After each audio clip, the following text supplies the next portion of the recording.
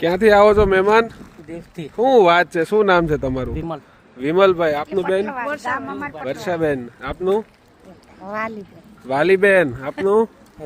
હરિભાઈ. અને પ્રતિકભાઈ. મારું જ નામ છે એમ ને? વાહ. તમારું? કાનજીભાઈ. તો કોના તરફથી આજે આ કાચું સીધું છે ભાઈ? તમારા તરફથી છે. એમના ફાધર અને મધર છો તમે. સરસ સરસ. તો કઈ રીતના તમને આવી પ્રેરણા મળી ભાઈ?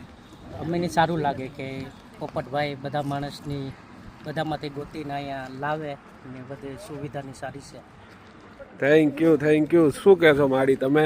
હવે અમે તો તો તમારા મમ્મી વિડિયા મોબાઈલમાં ની જોઈએ તો તમે બધી માણસ આવેલું હોય ને તમે હાસવો ને એલું કરીએ તો હવે છોકરો કે ના જાવું તમે આવ્યા.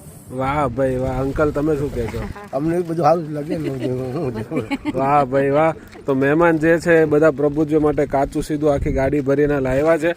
અને આવી રીતના જે એમ કહેવાય ને કે એઝ ઓલવેઝ હંમેશાથી કહેતો આવ્યો છું કે દીવની ગાડી આવે અને ખાલી ગાડી આવે તો એ દીવની ગાડી ન હોય. આ ભાઈનું નામે પ્રતિકભાઈ છે. મારે જેમ શું કહેવા માંગો છો પ્રતિકભાઈ તમે? આવા માણસોને હસો એટલું સારું કહેવાય. થેન્ક યુ ભાઈ, થેન્ક યુ. બસ આ જે કંઈ બી કાર્ય કરીએ છીએ તમારા પ્રેમ સપોર્ટથી થાય છે દોસ્તો. અને આવી રીતના અવિરતપણે તમે પ્રેમ સપોર્ટ આપતા રહ્યા છો અને આગળ પણ આપતા રહેશો એવો ભરોસો છે. અને તમે પણ ગમે ત્યારે મહુવા ભાવનગર હાઈવે પરથી પસાર થાવ એકવાર સોશિયલ મીડિયા આશ્રમની મુલાકાત જરૂર લેજો. જય હિન્દ, જય ભારત.